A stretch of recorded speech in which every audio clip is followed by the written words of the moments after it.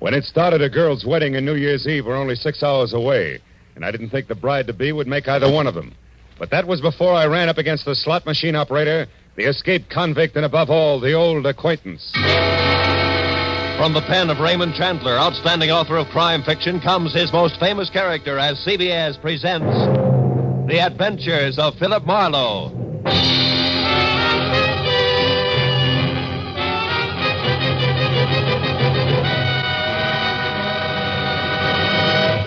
And now, with Gerald Moore, starred as Philip Marlowe, we bring you tonight's exciting story, The Old Acquaintance.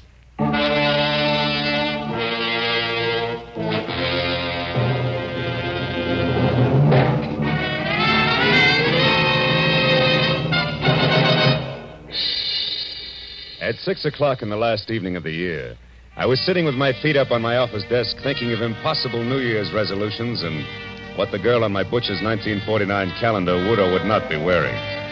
But at that present point, there was a soft, almost apologetic knock on my office door. I said come in and saw a quiet man in quiet clothes who extended a quiet hand. He introduced himself as Paul Riker, a Beverly Hills insurance broker. But the tremor in his voice said very worried client, which on New Year's Eve was something I could do without. Mr. Marlowe, you've got to find Nancy Marshall for me. Just for a springboard, Mr. Riker, who is Nancy Marshall? She's my fiancée. We were to be married at my place in Beverly Hills tonight. On New Year's Eve? Yes, you see, it was at a New Year's Eve party a year ago that we met for the first time. Oh, when'd you last hear from her? 2 hours ago. She called and said that she was in terrible trouble, that nobody, especially the police, could help her, that the wedding was off. I see. And you're sure it's not just a matter of your being left at the altar, huh? Another man? Oh, no, I'm certain that's not it. Now, please, Mr. Marlowe, will you help me? Mr. Riker, to you, New Year's Eve means wedding bells, but to me, it's something else, specifically a cozy little apartment on Wilshire Boulevard where there's a very nice girl and a couple of chilled bottles of sham... Oh, what is it, Mr. Marlowe? What's wrong? There's somebody outside. Riker, get away from that door, quick! Whoever threw those shots through the frosted glass in my office door wasn't interested in checking up on his marksmanship, because by the time I got to my feet, he was taking the stairs to the street. When I got outside, I was just in time to see him pile into a pickup truck and roar off. And the best I could do was get a face full of exhaust fumes and the last 3 numbers on his license plate, which read 711. When I got back to Riker and the glass on my office floor, I found the potential groom whiter, shakier, and less quiet than at our first meeting. Marlowe, did you get him? Do you know who it was? No, I don't. Now, relax a minute, Riker, and think. Yes. Who could possibly object to you and Nancy getting married? But that's just it. There's nobody I know of, Mr. Marlowe, and I'm positive that the same is true of Nancy. All right, now tell me, where does Nancy live? In a villa at 1428 North Havenhurst Drive, number 12. Mm-hmm. But I've already been there, and she's gone. Were you inside? No, the door was locked. But, Mr. Marlowe, I thought you had specific plans for this evening. I do. But from the way things stack up right now, they've got a better chance of keeping than Nancy Marshall. Now, look, go back to your place in Beverly Hills, stay away from frosted glass windows, and wait till you hear from me. We're real lucky, Mr. Riker. It still might turn out to be a happy New Year.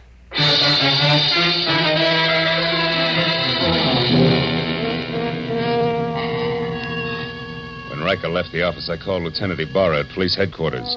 And after being told that it would take at least a half hour to get my kind of lead out of the 7-Eleven I had on the pickup truck's license, I headed for Nancy's villa on North Havenhurst, where it took me 10 minutes to outsmart the catch on the back door. Inside, except for a carelessly overturned box of old snapshots, which meant nothing to me, and a lot of half-open drawers and closets, I was no place. And in the kitchen, where there was a full cup of cold coffee next to an open newspaper, the setup was almost the same. But not quite. Because on the front page of the paper, there was a banner story complete with pictures that shouted the news of 3 men who had broken out of the state penitentiary that morning. And one of them, a man named Steve Doyle, had a face that I'd seen only minutes ago on one of the snapshots in the overturned box. I grabbed the paper and started back to check with the snapshot once again for good measure. But the second I stepped into the living room, I stopped.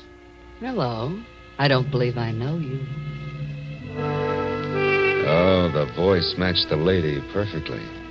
She was tall, beautiful brunette, about 30. Wearing a beige metallic wool jersey that covered more curves than a ride on a roller coaster. But the large monogrammed A on her purse meant that this was not the woman who had planned to marry Paul Riker. I said I don't believe I know you. The name is Arthur Murray. You're late for your rumble lesson. Oh, never mind the jokes, bright boy. It's a waste of your time and mine. All right, then we'll play it very straight. Name is Philip Marlowe. I'm a private detective, and I'm working for a very worried man. Now you, what's your connection with Nancy Marshall? I'm just, shall we say, an old acquaintance? That's all. Not enough. I'll prime the pump some more. I was hired to find Nancy, who seems to be in a lot of trouble. And coincidentally in trouble on the same day that Steve Doyle breaks out of stir. Now, once more, exactly where do you fit in? I don't think I'll tell you, Mr. Marlowe. If you don't mind. Well, pearl-handled, huh? How very chic. But deadly. Now get in that closet there, Marlowe. Go on. All right. But just so we don't go through this same routine when we meet again, and we will, who are you? Oh, you don't listen very carefully, Marlowe. I've already told you that I'm an old acquaintance. It's the season for them, remember? Now get in there and shut up.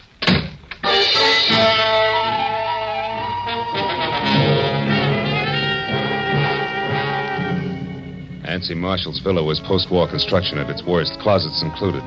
So I didn't stay tucked away with the mothballs any longer than it takes to say old acquaintance. The minute I'd kicked my way out, I went right for the telephone and my only 100% bona fide lead. The number's 711.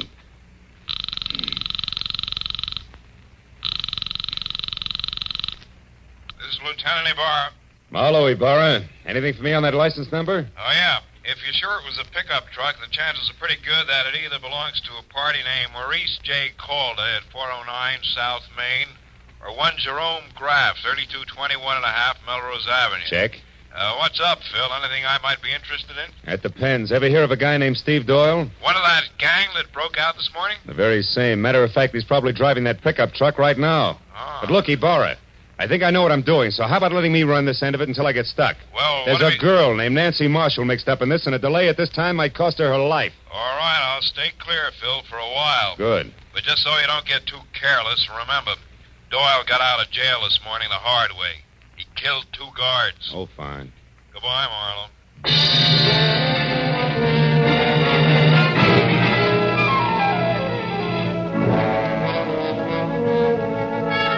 When I got to 409 South Main, I knew that my first choice had to be wrong, because Maurice J. Calder turned out to be a bankrupt junkman, and his pickup truck, which was loaded with everything including the kitchen sink, had 3 flat tires and hadn't moved in a week.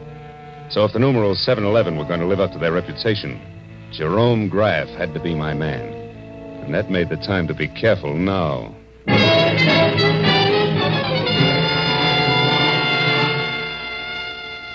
3221 and a half Melrose was a tired cottage set back about 50 weed-covered feet from the sidewalk. And from the rusted sign, Jerry Graff, mechanic, dangling at a crazy angle from a weather-beaten beam over the front door. I gathered that the place doubled as both Mr. Graff's living quarters and shop. I didn't see any truck out front, so I decided to try the alley in the rear before I knocked on any door. It was then that I noticed for the first time that I was being watched by a short man with a long face who was slouched against a nearby tree like a marionette with no strings attached. If you're lost, mister, maybe I can help you. Maybe? I was looking for a pickup truck. Seen one around? A pickup truck? Mm-hmm. Now, I wonder what that could be. Well, it's a small deal, about a half a ton, and... Oh, I get it. Okay, here. Here's 5. Now my question. Jerry Graff owns a pickup truck, but it ain't here. It's been out since dark. But Jerry's in. He's working late tonight. Working at what? Come on, you got your 5. Talk. Okay. It ain't no secret. Jerry's a nursemaid for one-armed bandits. Slot machines, huh? Is that his racket? Yeah. He used to be a big boy with them, too. But times have changed. Now he just works on them for other guys. What other guys? Oh, mister, I wouldn't answer that for even another 5. I wouldn't stay in business very long if I did. But I'll tell you one thing for free in case you're going to visit Jerry. What's that? Watch out for him. He's a very nasty man. Thanks, but I can take care of myself, Buster.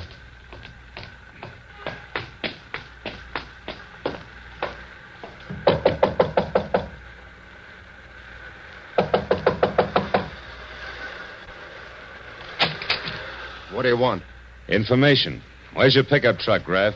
Somebody stole it, but he didn't leave his card. Why, what are you, a private dick? That's right, but one that works close to the law. So why don't we call the boys in blue and tell them all about it? The cops? No, wait a minute. I don't like the law pattern around here. Come on in. I'll tell you what you want to know. Let's not skip any of the details, huh? Like, for example, the name Steve Doyle. Doyle? I don't know. Well, okay, fella, you win. The story goes something like this. Want to try again? Maybe a monkey wrench will convince you. You don't throw any straight in your talk, Crap. Come on. What do you say? Do we play some more? Come on, talk. Come on. Come on. Wait a minute. I'll talk. All right. I've had enough. So far, I know a girl named Nancy Marshall's in some kind of trouble because Steve Doyle broke out of the pen this morning. Now, you fill in the blanks. Oh, sure. Why not? Oh, Steve Doyle, he used to be crazy about Nancy, but she didn't go for him. Then about a year ago, a little more maybe, Steve got picked up for knocking over a grocery store. He figured he was caught because Nancy tipped the law to get him out of her hair. Now he's out to get Nancy for revenge. Is that it? Yeah, that's it. And anyone who's close to her gets the same treatment. Oh, chummy. Now tell me, was Doyle here? Is he the one who's driving your pickup truck? Yeah, but it wasn't my idea. He shoved a gun in my face, said we were old friends, and asked for the keys. You know where he is now? No, but if I did, I'd keep it to myself. Doyle's full of hate, brother. You can count on that. Now, what do you say about clearing out of here? Just as soon as I find out one more thing. Now, there's another girl mixed up in this. She's a brunette with a lot of curves and the initial A. Calls herself an old acquaintance of Nancy's. Any idea who she is? No, not the slightest. You're a liar, Graff, and if I had time, I'd beat the truth out No, of you you. haven't, believe me, because if you don't hustle, mister, when you do catch up with Nancy Marshall, you're going to catch up with a corpse. Nothing more.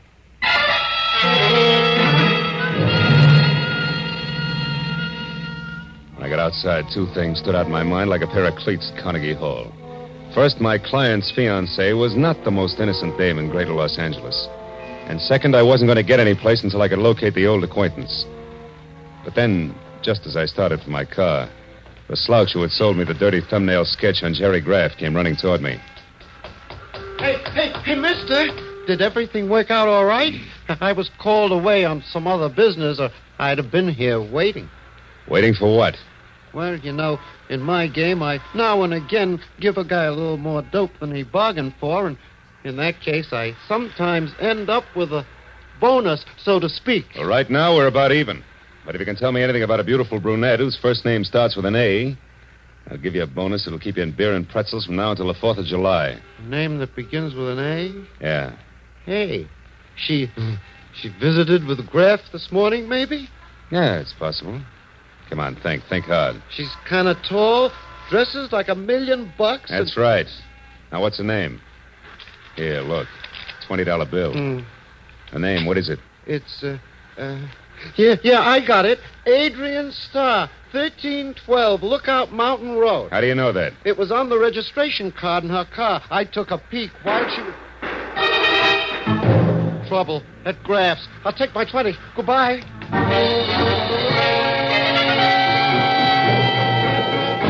I beat it up the walk to Graff's, and when I got inside, I found exactly what I expected.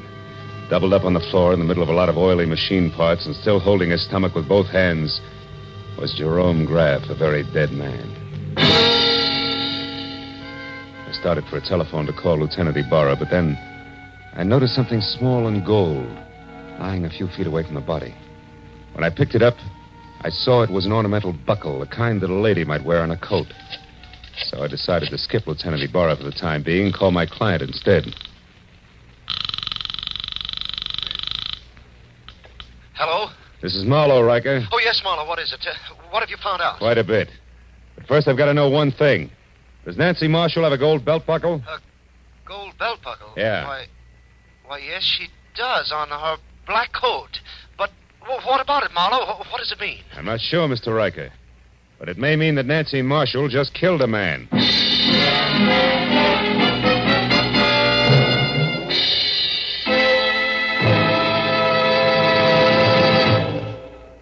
In just a moment, we will return to the second act of the adventures of Philip Marlowe. But first, by this time, a week from tonight, Jack Benny will have made his first broadcast exclusively on the CBS network. Starting next Sunday, you'll find Jack here with Mary Livingston, Phil Harris, Rochester, Dennis Day, Don Wilson, and all the others who have made the Jack Benny Show a regular Sunday evening delight for millions of Americans. Just for fun, the Jack Benny kind of fun, make a New Year's resolution to hear the Jack Benny Show every Sunday starting a week from tonight, January 2nd, over these same CBS network stations. And now, with our star, Gerald Moore, we return to the second act of Philip Marlowe and tonight's story, The Old Acquaintance.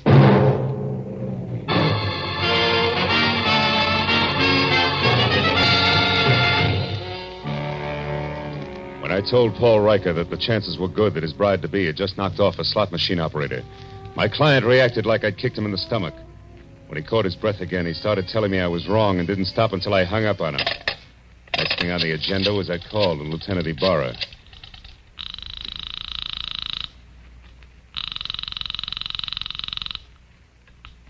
Lieutenant Ibarra speaking. Marlowe again, Lieutenant. Oh, did you find the owner of that pickup truck, Phil? Yeah, I found him, Ibarra. I'm calling from his shop now. I had a talk with the guy. It was Jerry Graff. What do you mean, was Jerry Graff? Well, somebody came in here and shot him just after I left. He's dead. Dead? He knew Steve Doyle all right, but I'm pretty sure Doyle didn't kill him, Ibarra. No, then who did? Any idea, Marlowe? Well, looks very much like my client's fiancée, Nancy Marshall. I still don't know where she is or how it all fits together, but look, I got a lead on an old acquaintance of Nancy's named Adrian Starr. She lives up on Lookout Mountain Road. Now, if you don't hear from me in, say, an hour, you might check. Number 1312. That's my next stop. Okay, just be sure it's not your last stop. Goodbye.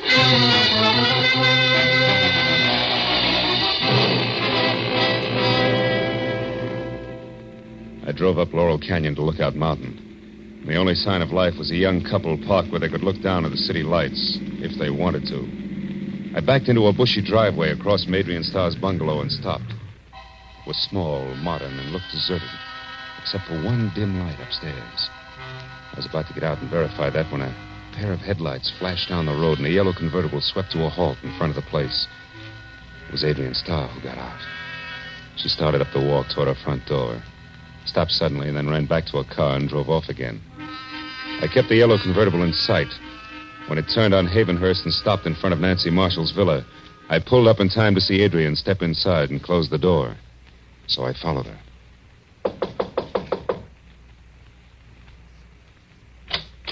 Marlowe, what do you want? I want to know what Jerry Graff means to you, Adrian. I don't know any Jerry Graff, so it means nothing. Come on, stop it. You went down to his shop to see him this morning. I thought you might like to know that he's dead. Dead? Mm-hmm.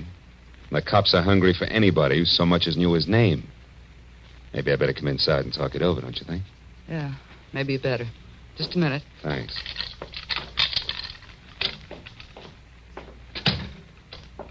Hey, it's dark. Why don't you turn on more lights? Because I like it this way. Okay. But, honey, if you've still got that pearl-handled popcorn of yours, let's leave it out of the conversation. And let's make it straight. Why'd you drop in on Graff this morning? Because I knew that sooner or later Steve Doyle would head there. I had to know if Steve intended to leave town or was still determined to get his crazy revenge. And all for Nancy Marshall, huh? You know, you're sticking your neck out quite a ways just for old time's sake, baby. Steve Doyle's a pretty tricky guy to mix with at this point. You can say that again, Phil. Steve? Oh, Steve. Steve Doyle. That's right. Who are you, mister? Marlowe, private detective. Sit down over there, private detective. Keep your hands out of your pockets. I don't like you because you're half cop, but play it smart and you won't get hurt. Well, Adrian, like old home week, huh? Oh, it's been a long time, Steve. Yeah, it sure has. Where is she, Adrian? Where's Nancy? I don't know, Steve. You're lying to me. This is her place. You got in with a key. You've been down to see Graff. You know where she is, all right. So tell me and tell me fast. Steve, listen, forget it. Forget about Nancy. This revenge will only get you in the gas chamber. Please, let's get away. We can still make it across the border. Please take me with you. I love you, Steve, just like I always have, even when you threw me over for Nancy. Shut up. Just tell me where Nancy is. Come on, Adrian. I don't know, Steve. Stop it, Doyle. Where is she? Steve, you're hurting me. Doyle! Don't move, Marlowe. All right, Phil, I told you to behave. I've been through a lot, and I'm tired, and I'm running out of time. You're getting in my hair, and that's bad. Oh, no, Steve, don't. I won't shoot him. I can't afford the noise. I can give him something just as good. Oh! Now, Adrian, try again. Where's Nancy? I don't know, Steve. Come on, where is she? I don't know. Where's Please? Nancy? I don't know. Where's Nancy? Where's Nancy? Where's Nancy?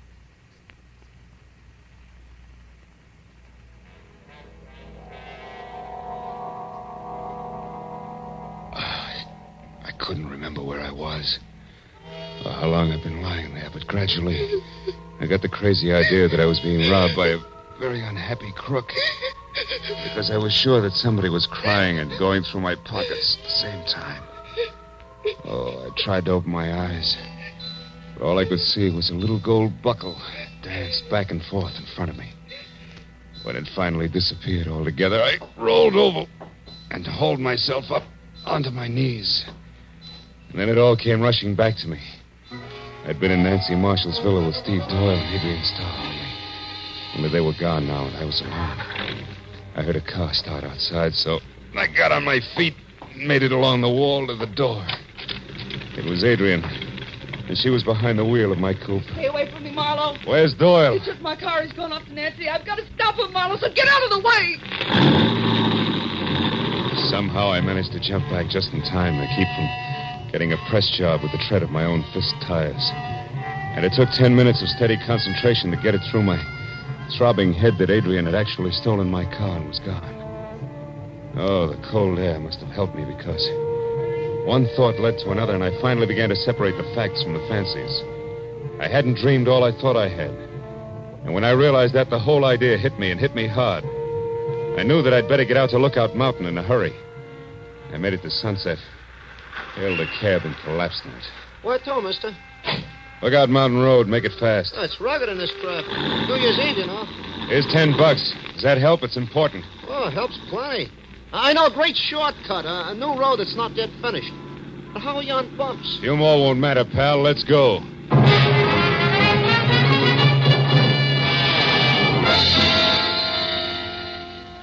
When it was over, I felt like I'd crossed the country on a pogo stick. But the cab driver was a genius, and with a shortcut, we made the distance to Lookout Mountain in less than 10 minutes. When we got near the place, I sent the cab back down the hill out of danger. Went the rest of the way on foot. As I got within sight of Adrian's bungalow, I saw Steve Doyle getting out of the yellow convertible. I ran up to the house, tried the door. It was locked. Nancy, where are you? I know you're in there, baby. I'm going to find you. Have to take this joint apart. We've got some old business to settle, remember? So have we, Doyle. Drop that gun. Stand still. Okay, sucker. You. You won't need that gun anymore, Doyle. Just kick it over there out of the way. Someday I'll get you for this fella. I doubt it, Steve. You're all finished, but you're too thick-headed to see it. Well, I guess it's time to relax and wait for Adrian. And we call the cops, huh? Adrian just arrived, Marlowe. Don't turn around or I'll kill you. Adrian. There we are, Marlowe. Toss your gun back here to me. Come on now. It's better. Oh, Steve. Steve, are you hurt bad, darling? Can you make it to the car? I'll try, Adrian. Got me on this side. It's bad. Oh, Steve, hurry, darling, hurry. I'll be with you in a minute. I'll make it okay. Well, Marlowe? Yeah. Okay, Adrian. Tell me one thing first, Marlowe. Did Steve get to Nancy? No. You killed Graff in time to shut him up, too, huh? So Steve will never know the truth, will he, Adrian? Could be it was you who crossed him and sent him to prison. You'll never find out. Not now. And you'll never realize how much I love him either. That's why I did it, Marlowe. It was the only way I could hold him for myself. And I was willing to wait. Can you understand that? Yeah. I guess I can. Too bad a love like yours has to be wasted on a guy like Steve. You'll never get away, honey. Not with him. You'll never make it. Maybe not. But if he goes out, at least I'll be with him, Marlowe, and that's the way I want it. Well, if you're going to do anything, Adrian, you better get it over with fast. That siren's a friend of mine. He's coming here. Adrian! Coming, Steve. You're a good guy, Marlowe, and a smart one. Just don't follow us, that's all. So long, Marlowe. Happy New Year.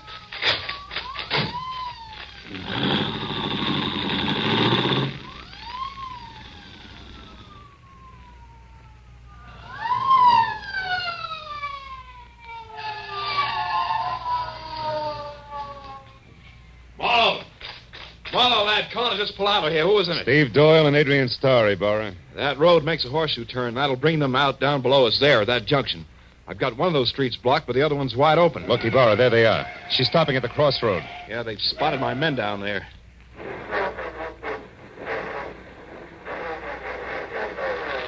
She's turning around. They're heading out the other way. She must be crazy, Marlowe. They'll never make that curve at that speed. They're not slowing down, Ibarra. She's heading straight for that stone wall.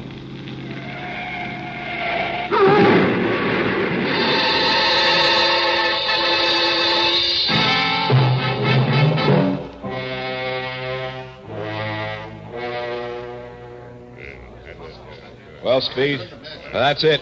It's all over. They're both dead when the boys got to them. Killed instantly. By the way, how's your head feel now? Any better? I'm okay, Burr. Did you take care of Nancy Marshall all right? Yeah, she locked herself upstairs. Sent her home to Paul Riker in the squad car. The driver hurries, they can still be married on New Year's Eve. You had her pegged as Jerry Graff's killer earlier tonight, Marlowe. What made you change your mind? Well, I found a gold buckle near Graff's body, Bar. I figured it was a fancy little belt buckle that Nancy had dropped. I saw exactly the same buckle when I was coming to after Doyle hit me on the head. And it wasn't on a belt, it was on a shoe. Adrian's shoe. It was the mate to the one I'd found. Once you knew Adrian Starr killed Graff, you put the rest of it together, is that it? Uh-huh. See, for a price, Graff helped Adrian double-cross Steve. She had to kill him to keep him from talking. She hid Nancy out for the same reason. If she knew that if Steve ever got to Nancy, he'd learn the truth. I wonder why she didn't kill Nancy, too. I think she intended to, Ibarra. And she did it all, really, because she loved the guy too much. Strange deal, Marlowe, right to the end. You know, she didn't have a chance to make that curve down there the way she was driving. Not even if she wanted to make it, Ibarra. Yeah. Well, it's 5 minutes to midnight, Phil. Happy New Year, fella. I want to see a lot of you in 1949. Same to you, Lieutenant. Good night.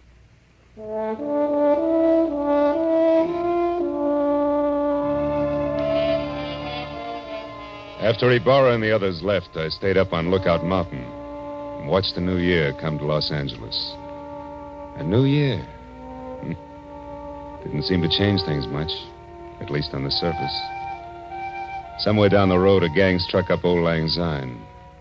I thought again of Adrian Starr, a girl who loved not wisely, who had called herself an old acquaintance. Yeah, I'd never forget her. As I walked back to my car, the city was ringing out the old and ringing in the new. And I wished then that someplace on everybody's list of resolutions, they'd make room for that cup of kindness they were singing about. And then a guy could say, Happy New Year, and mean it.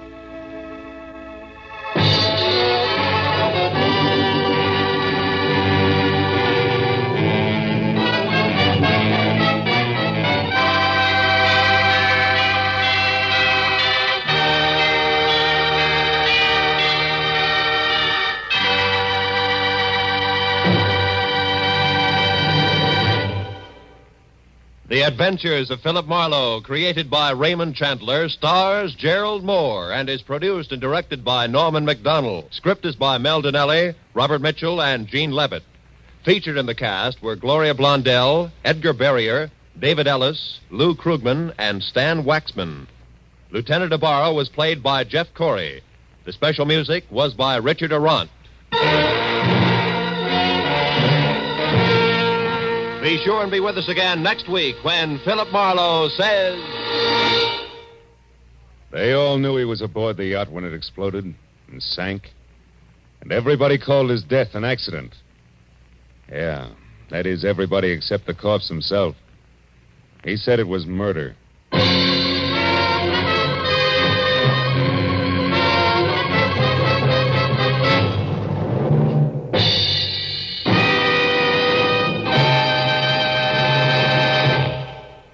An hour of wonderful, delirious comedy is still to come to you tonight on CBS. You'll soon hear Hollywood's Eve Arden starring as the unusual schoolmistress, our Miss Brooks.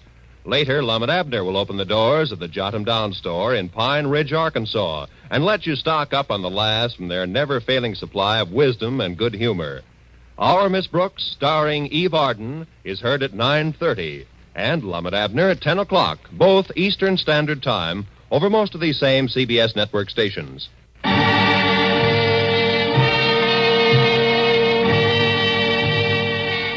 This is Roy Rowan speaking for CBS, the Columbia Broadcasting System.